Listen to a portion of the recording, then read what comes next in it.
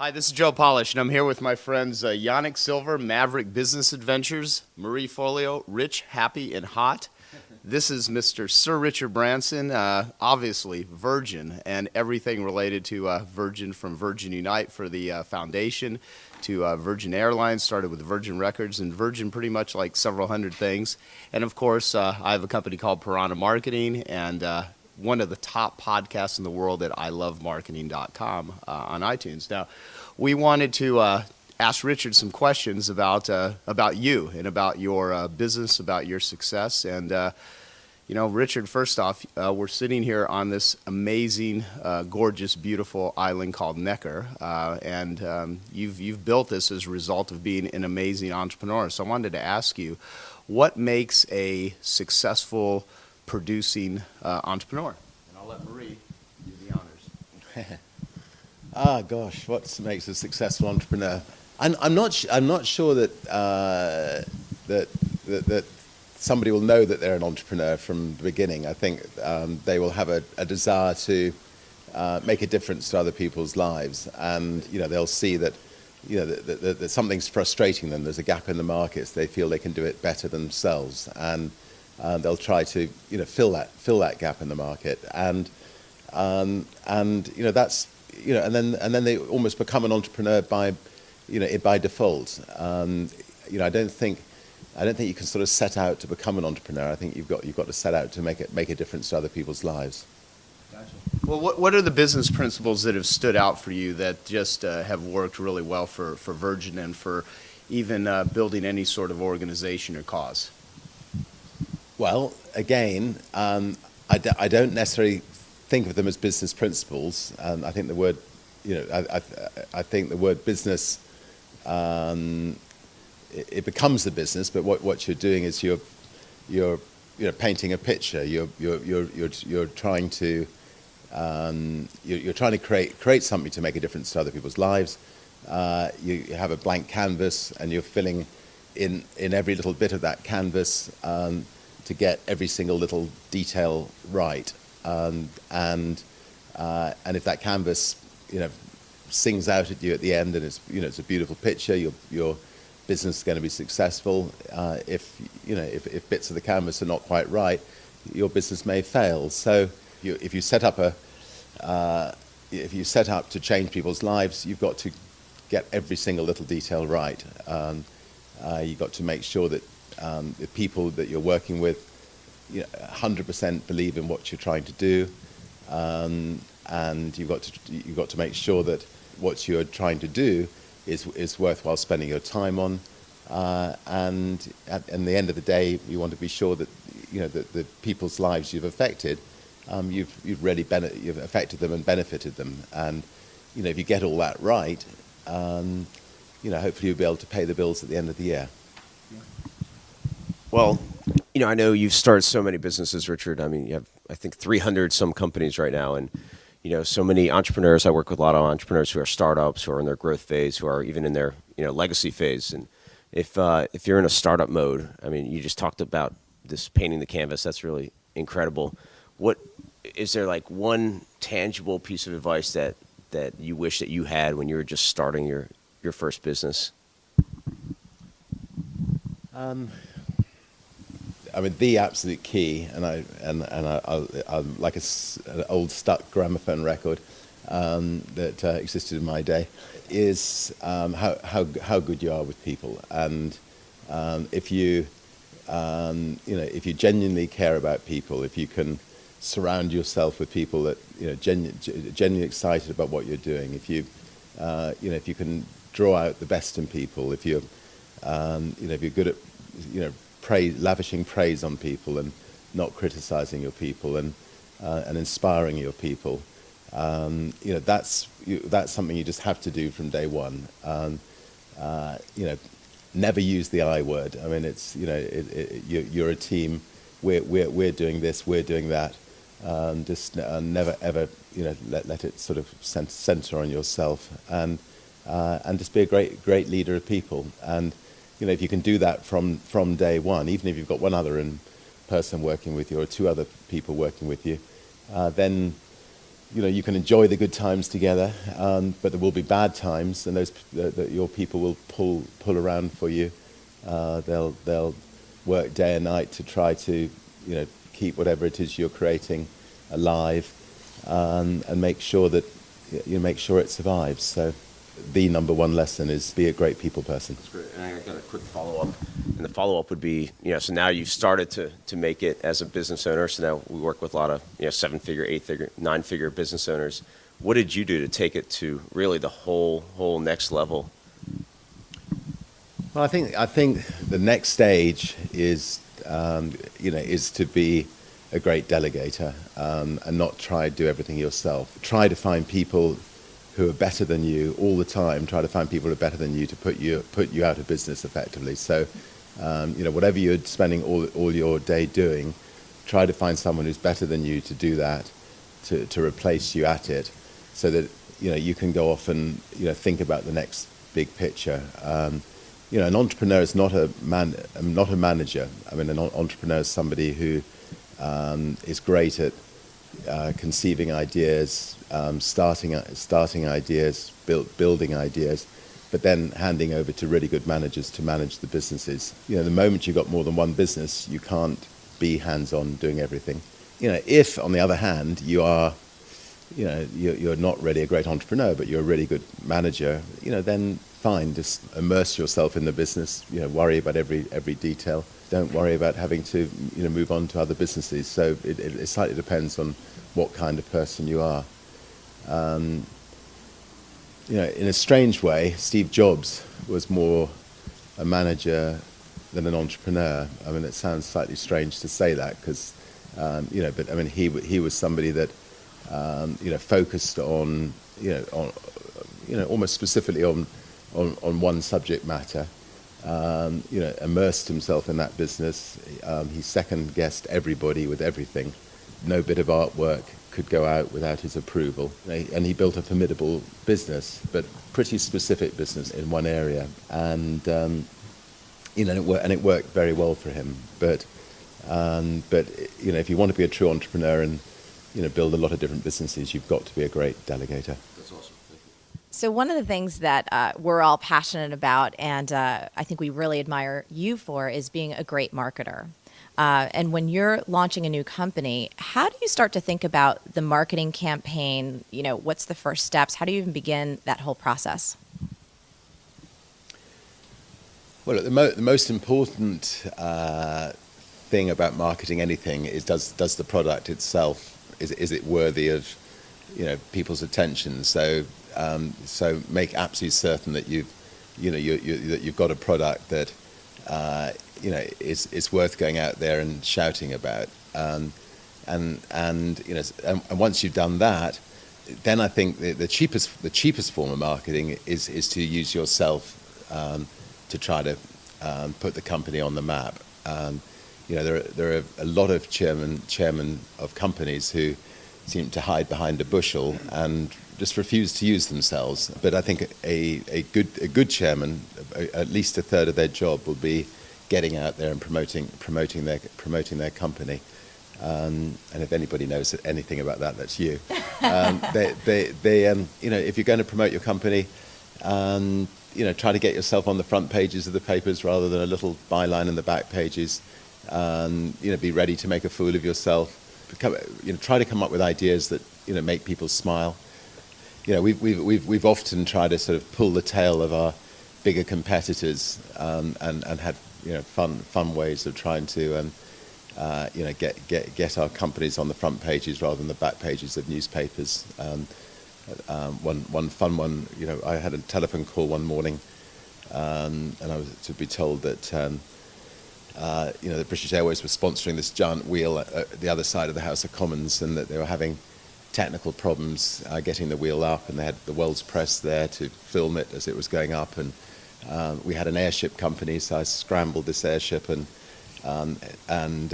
just out at London and headed it towards this giant wheel. And as it flew over, the massive banner at the back just simply said "BA can't get it up," and we had a lot of great coverage at BA's expense for that, and the press loved it, and obviously that helped help get Virgin on the map. Okay, cool. Yanik. You know, that actually ties into something that I truly, absolutely love and admire you for is, you know, the fun and the just that amazing DNA that you instill in all your businesses and the culture. And where does that come from? Does that come straight from you and it kind of bubbles down, top down, or is it literally just everybody it creates that? I think the chairman of a company needs to be willing to let their hair down. And if you take a party situation as an example, if the chairman of the company stands in the corner sipping sherry with his fellow directors, as normally happens in a lot of company parties, everybody else in the room will be standing in huddled corners, having boring conversations. If the chairman of the company is the first to throw themselves in the swimming pool and drag a whole lot of other people in with them, everybody else will be in the swimming pool. They'll have the most memorable party they had in the year, and they would have had fun. And that sort of spirit of fun can make it a fun company to work for. And therefore, a chairman of a company has to be a leader. I mean, it has to, has to try to, get that sort of spirit of fun in the company and not take themselves too seriously. I mean, obviously, there's the serious side of running the business, which people will appreciate and expect. If you're running an airline, you've got to make sure the planes fly and that in the daytime the engineers don't drink and the pilots don't drink when they're flying and so on.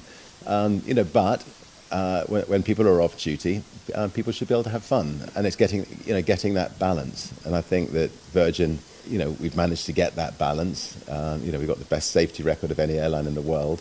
But that doesn't mean that our staff can't have fun, and and because they're having fun, because they enjoy the company they work for, they're genuinely proud of the company. They smile, they're happy, and therefore our passengers who fly on our planes, they smile, they're happy, and they come back for more, and therefore we have a successful business. Okay, well, I mean, I think we can all agree that we're all massive supporters of business owners and entrepreneurs, and you believe that... You're going to say massive supporter of business owners having fun. But yeah, anyway. Oh, yeah, no, totally. I mean, well, first off, talk about that for a moment. I mean, here we are on Necker, and we're bringing a group of people, all of us in our own businesses. Yanik has his Maverick Business Adventures, which mixes fun with business and just, allows people to do amazing, awesome things. Yeah. Marie? I wrote down a rule that you said yesterday, which was there's no work that can be done in the afternoon of Necker, and you literally stepped in and said, we're not having this meeting at 4 o'clock. And that's so amazing because it's like most entrepreneurs never take that time to just re-energize and regroup. And yeah, and I think that you can have meetings after meetings after meetings, where people can actually end up being burnt out. Whereas if you're having fun with people and get to know people, and getting to know people in fun situations, you can learn a lot more than perhaps in informal meetings. So, we mustn't eat into our fun time. I mean, Peter Drucker said you're either working or you're in meetings. So, I tend to like that. Okay, Richard, I believe that you believe that social and economic problems can be solved in many ways through entrepreneurism, and I wanted to get your perspective on that. Yeah, I think that it's worth making one point first of all, and that is that creating businesses in themselves can solve social problems, because by being an entrepreneur creating businesses, you create jobs. By creating jobs, you can help take people out of poverty, and obviously that applies that applies worldwide today. I think it's particularly with recessions and things around the world.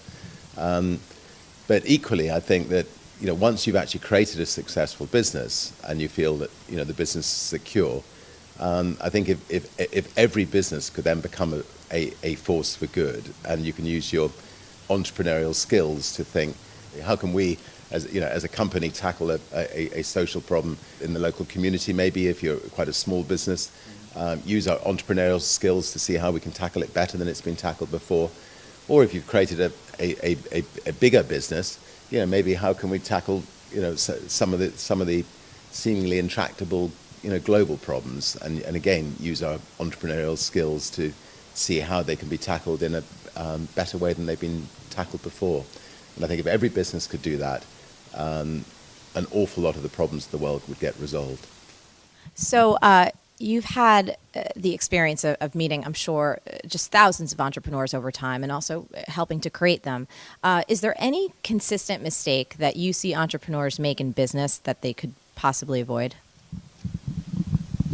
I think that if you don't protect the downside, and you sort of treat your business a bit like going into a gambling casino and sort of keeping on doubling up to hoping that you're going to get out of a problem, then you're asking for trouble. And 8 out of 10 businesses do go bust, and quite often it's because people haven't thought of the downside consequences of what they're doing. So without being too conservative, it is important, I think, to always think, if I do this, what's the worst that can happen? Can I afford the worst? For instance, right now, some of our airlines have protected against oil going up. Now, a lot of people within our airlines said, well, look, it can't possibly go any higher. We've got a recession on.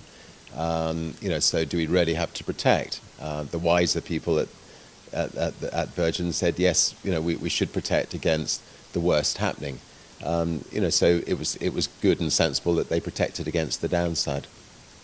I've seen you do that too, Richard. I mean, just as a great example is like Virgin Mobile, as we'd say in the UK, but Virgin Mobile, and like just instead of building all the communication, all the infrastructure it would take, you literally leased, I think, Sprint's lines, and so there's very little downside and very big upside if it worked for you. We have a strong brand, and therefore we're able to avoid the enormous infrastructure costs of sometimes of building new businesses. We can piggyback on other people's infrastructure using our brand, and we'll put in the brand. We get 50% of the company. We'll use our marketing skills, and other people will put in the infrastructure, and that in itself also, as you say, protects the downside. Yeah. With all the decisions that you have coming across your desk, wherever you're at, your beach, I guess it could be.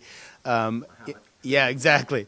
How do you make really tough decisions on a daily basis? Because you've got so many requests and demands of your time and people that want your attention in the world. And what's the Richard Branson methodology of, I guess, time management, priority management, really thinking it through? I mean, how do you do all of this?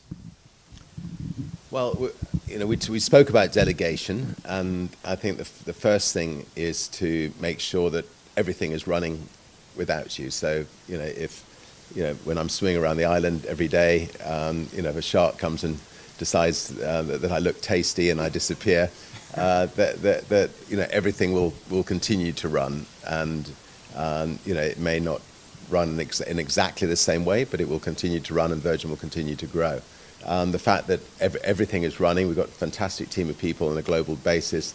It means that literally I can, work out how I want to spend my day. And I think it's absolutely essential for all of us that we stay fit and healthy.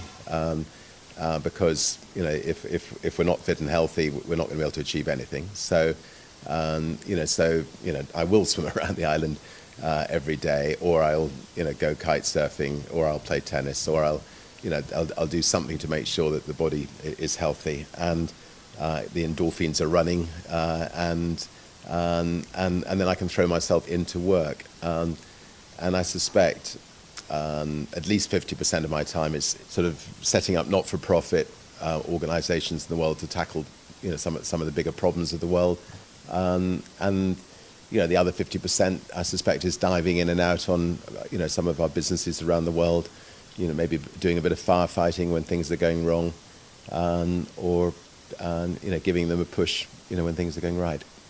So I have a question that's a little more personal in nature. I'm wondering when you first started. And yes. When you first started and you were getting everything going, did you find it challenging at all to have like any kind of balance? And because I know you love your kids so much and you love your wife so much, you know, when you're getting something going, you invest a lot of time in the ramp up stage. Did you ever deal with that sense of guilt of like, oh man, I have to put the phone down, or oh God, I have to just shut it off, you know what I mean, and spend time with my family? Well, I've done something which is slightly unusual, and I think you know, possibly it's the advantage of owning your own company, and that is I've always worked from home. So I've never worked from an office. When I say never, not pretty well never. I mean, there were, you know, right in the early days, you know, I'd pop in a lot to our record company, so I originally worked in a houseboat. You know, the kids would, you know, be crawling around on the floor. I'd be having, you know, meetings with people. Might even be changing a nappy. You know, so the kids literally, you know, grew up with me as we were building the Virgin Empire. And then when the kids' holiday time came, you know, we would pack the bags, and I would just move my office, you know, to Necker Island. And you know, so I would always be around my family. I suspect, you know, we're closer than a lot of families because of that. You know, yes, I would be, you know, spend quite a lot of time on the phone, and you know, I'd be busy, but we were around each other. Now, I think if there's any lessons to be learned from that for other people, I mean, I do think that with modern communication, one shouldn't have to get stuck in an office. You know, the more one can get out and about, the better. If you've got companies, go and live your companies, you know, spend a lot of time with your people, and spend as much time with your family as you can. And you know, I think getting that balance is absolutely critical, and making sure that you bring up great kids who are happy and, you know, loving, and you know, you found that time for them is critical, because they are going to be the next generation. Yeah. You know, what is your unique ability? I mean, what makes you Richard Branson? People consider you charismatic, friendly, funny. Good looking. I mean, I don't want to say good looking.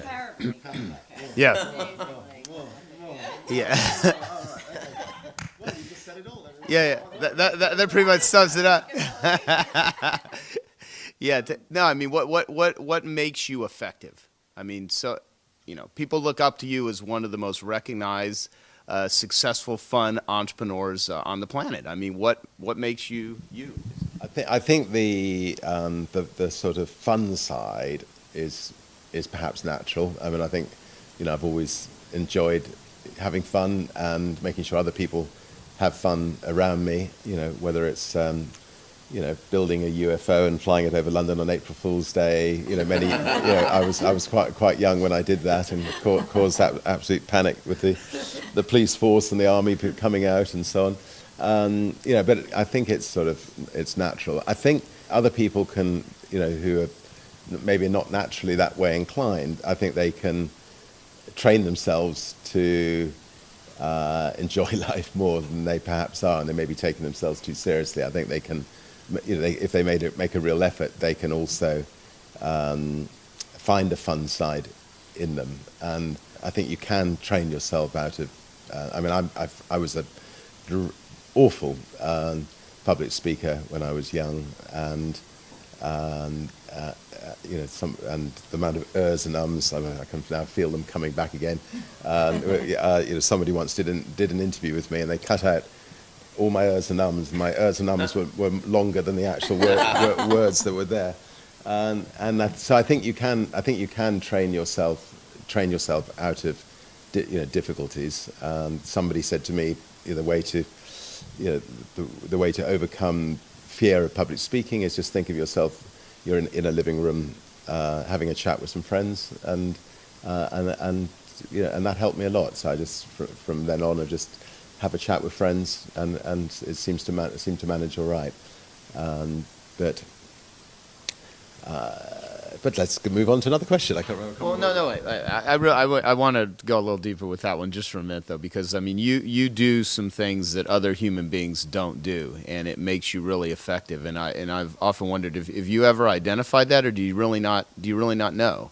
I mean, do you know what makes you powerful and influential and persuasive and causes people to want to surround themselves with you and get behind your causes and become a client of your businesses? I mean, what's the Richard Branson secret sauce? I mean, do you really know?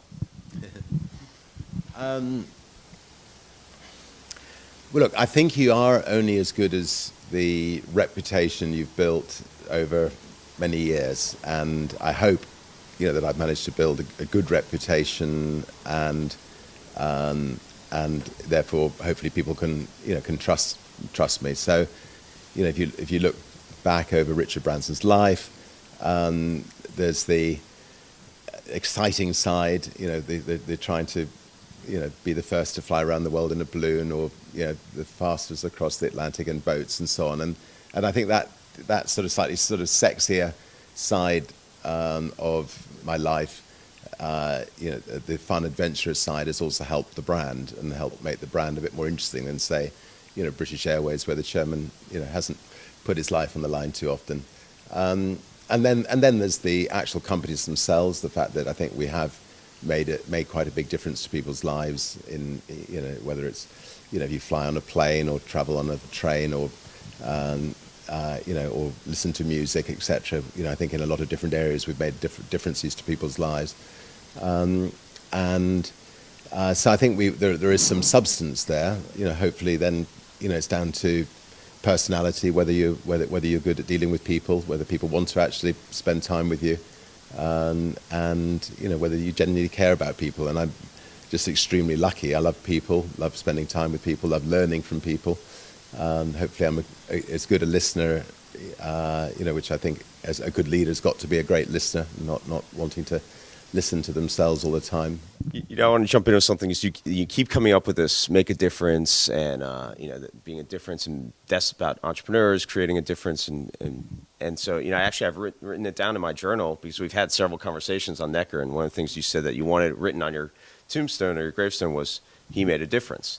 And so I'd love to hear about that in the context of entrepreneurs and maybe their next phase, or where you think it makes, like for Virgin Unite, because has it always been let's make a difference, and then the community and social involvement and the social entrepreneurship and the charitable philanthropic side, or is that maybe in the second phase of entrepreneurship? I'd love to hear your take on that.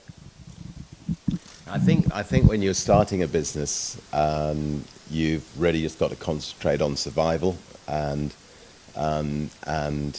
climbing over that wall.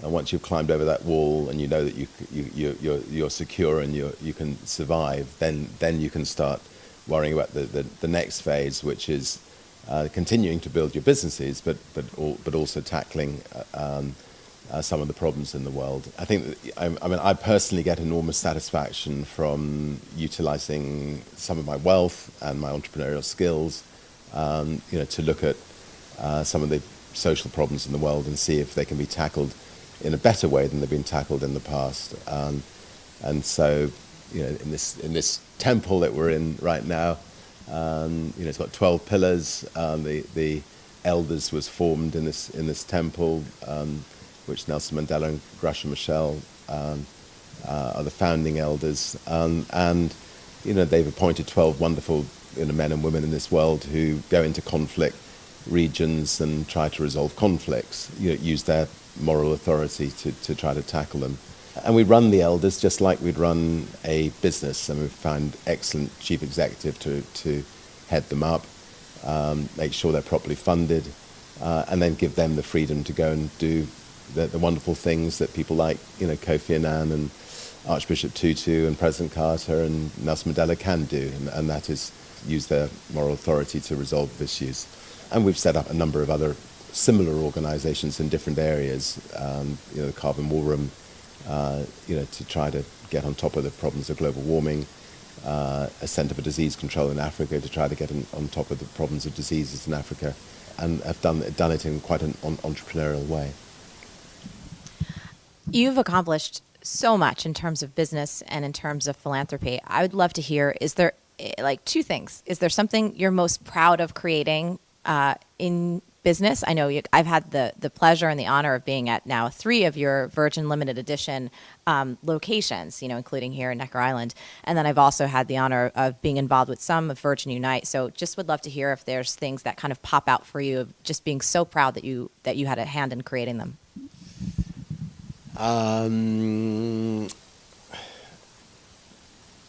Well, I hope that I hope that Virgin Galactic will be on the business front, perhaps the most exciting business that we've ever created. The idea of building a spaceship. I still have to pinch myself when I think about it. The idea of being able to fly on a spaceship that we built is pretty damn exciting. I'm pretty excited about it. I'm up for it. I'm in. All right, I'm 144 already. We still got to get these other 2 up. Hey, if there's a spot for me, get my spexy spacesuit on. Anyway, I mean, I think that it's the start of a whole new era where of commercial spaceship travel, and we're only about a year or so away, so it's getting very, very exciting. If you can tap into the hundreds of thousands of people I think who'd love to go to space and try to make it affordable to hundreds of thousands of people, then there's so many possibilities in space. So on the business front, although I'm jumping the gun a bit because it hasn't even been properly born yet, I think Virgin Galactic will be perhaps the most exciting business venture that we've ever done. And how about on the philanthropic side? Is there?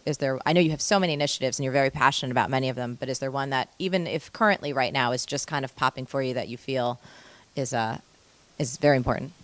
Now, I think the elders is something which hopefully will live on for hundreds of years, where the leaders in the world who have really excelled can then be appointed by the elders to join them as elders, to speak out on the big issues in the world and for the world to look up to. That's something which I think will hopefully live on for hundreds of years, and I think could make a big difference. Well, you could have just cut a big check, or could all the time to charities, but instead you decided to start your own with Virgin Unite. So why did you do that, and what would you like to see Virgin Unite accomplish? And even people that are watching this interview, watching us talk with you, why'd you start first off Virgin Unite, and what are you hoping that it accomplishes? I think if you're an entrepreneur, you can make a check go much further if you actually use your entrepreneurial skills alongside your philanthropic wishes to tackle problems. So I think that by setting up the elders, or by setting up the Carbon War Room, or by setting up the Centre for Disease Control, we will run those like we'd run a business, and we'll make sure that every penny is well spent and it's not wasted, and we'll make sure that that those organisations make a real difference. There are some times that we'll just write out a check to really good organisations. I mean, the tiger is in peril. I mean, there's only 2,800 tigers left in the wild, most beautiful animal on earth. So we're supporting organisations that are trying to make sure that the tiger is there for generations to come, and hopefully we can get the numbers to double and triple. But where we feel we can bring our entrepreneurial skills to something, we will. Now, would you like to ask us anything, Richard? Perhaps. I mean, here you are with 3 brilliant entrepreneurs. I mean, there's got to be possibly something you want to learn right now. How can we help you? We're here to serve. Now, Joe, is it your clothes that makes you so successful? Is it your good looks, or is it just your brains? It's all the above, actually. No, it is my head. It is the fact that I have access to incredible amounts of knowledge in this world. When people say, and I'm trying to answer this in a serious way, and I'm going to, though, because it's interesting. When people sit around and say I'm bored, I could never come to grips with that whole concept. There's so much to do. I mean, there's so many amazing people. There's so many things to learn. I mean, even if you're by yourself, you've got this incredible brain, and you can actually do something with it. I mean, one of the reasons, why do I come to Necker Island? Why do we recruit people the way we do? Why do we hang out with you? Because we want to we're inspired by people that actually do something. And so think big and have great, daring goals and amazing things that they want to impact in the world. And So what? Same question for you. That what makes me successful? Honestly, I think when I discovered that I didn't have to hide my personality in my business, and I love to party, I love to dance, I love to have a good time, and I'm slightly inappropriate. And when I realized that I could be that in my business, everything changed. Everything changed, and I get to hang out with amazing people like you, and I just realized that business and fun go hand in hand. So I think that's it. Sorry, guys, she's engaged, but isn't she gorgeous? I mean, isn't he a lucky man? Anyway, look, I'd just like to say thanks. It's been fun. You got to go kite surfing.